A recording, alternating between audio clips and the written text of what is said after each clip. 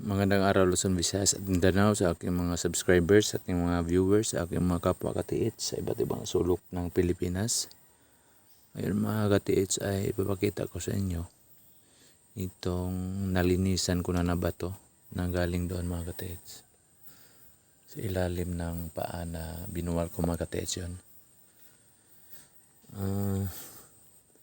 Sa nang kinalit ano ko ito mga katiits, sine ko ito ay kung tingnan nyo mga katiits ay para siyang mukha ng ano kaya mga katiits, pareha kaya tayo na ang nasa isip natin mga katiits.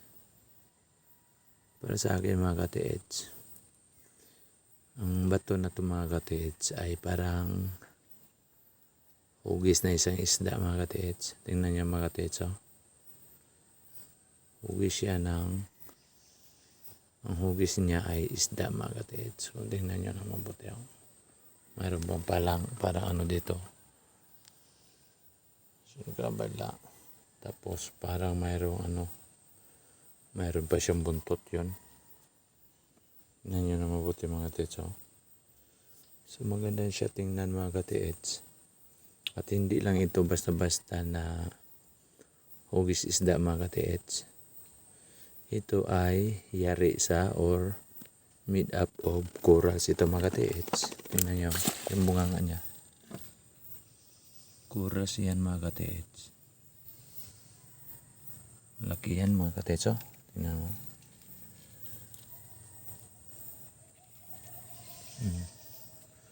Kung hindi ko pa yan nilinisan ay hindi makita natin na ito ay coral ito.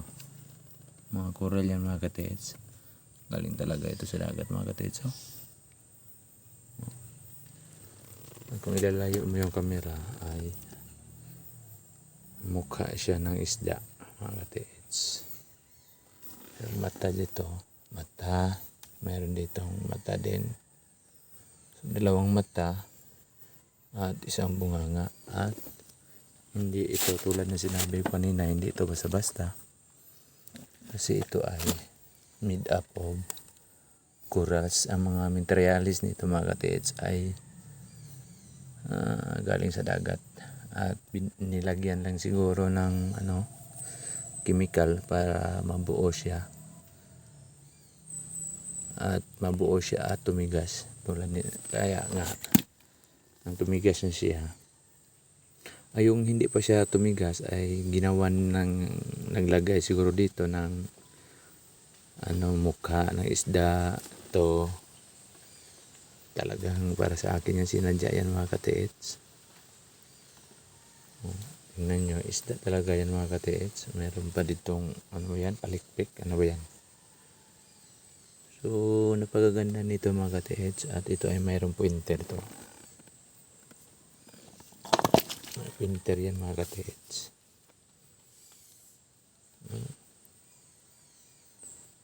Napakaganda tingnan mga katiits. At ito mga grano niya, oh. Talagang yan, galing sa dagat yan, corals yan mga katiits. Yung lalo na ito, i-close up natin mga katiits, oh.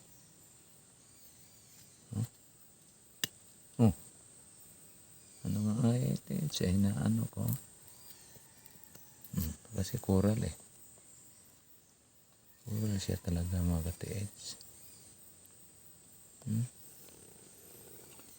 So, marami na ako nakakuha mga katiits na medyo hindi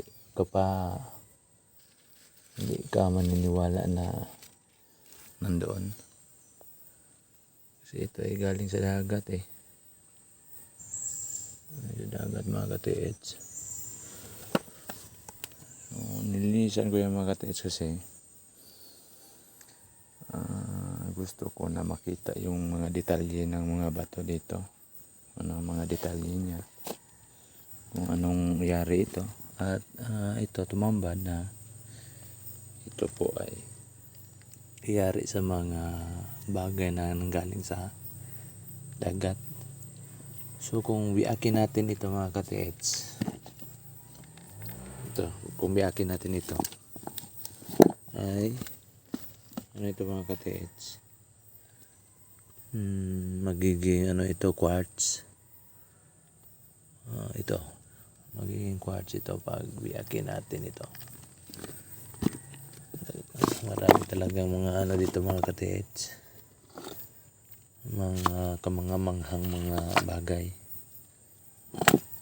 na hindi mo inaasahan na nandito. Mayroon pa nga dito ibang klaseng ano, ibang klaseng kabibe. Ito lang, dumikit lang sa mga gilid-gilid ng bato mga katiits. Kasama nito mga bato na ito. So talagang ano mga katiits, nagkakamangha at ano, mahirap i-explain bakit na nandito ito. Kaya nga magkapagsabi talaga ako mga katiits na lahat ng mga ito